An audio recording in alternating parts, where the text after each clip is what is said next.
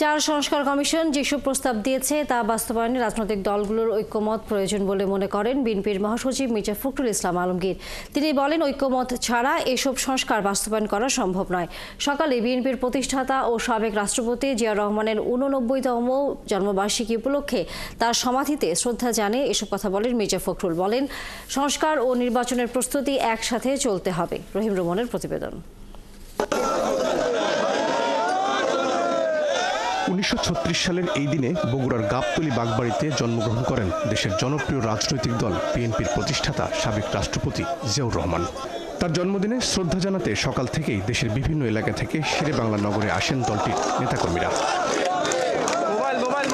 BNP কর্মীরা অভিযোগ করেন, গেল 15 বছর দলের প্রতিষ্ঠাতার জন্মদিন উদযাপন করতে পারেননি তারা। আমার জানের চাইতেও আমি শহীদ রাষ্ট্রপতি জিয়াউর রহমানকে বেশি ভালোবাসি।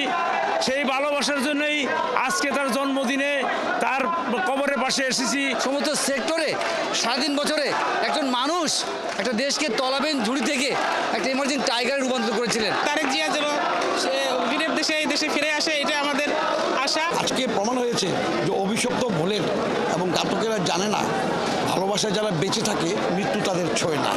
জিয়াউর রহমান সাহেব সেটার অম্লান প্রমাণ।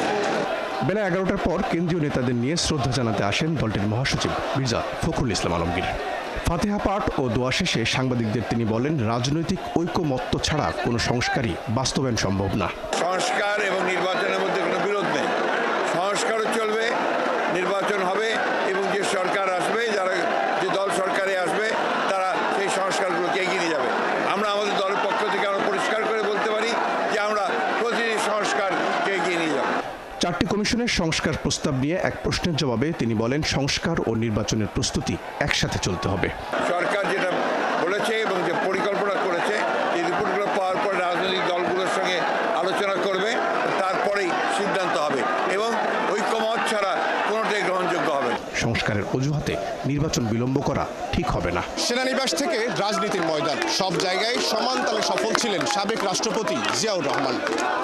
বহুদলীয় গণতন্ত্রের এই প্রবক্তার 89তম জন্মবার্ষিকীতে তার দলের নেতাকর্মীরা বলছেন, তার আদর্শ ধারণ করে তার দেখানো পথ অনুসরণ করে আগামীতেও দেশের রাজনীতিতে অবদান রাখতে চান তারা। রহিম রুমন, 71, ঢাকা।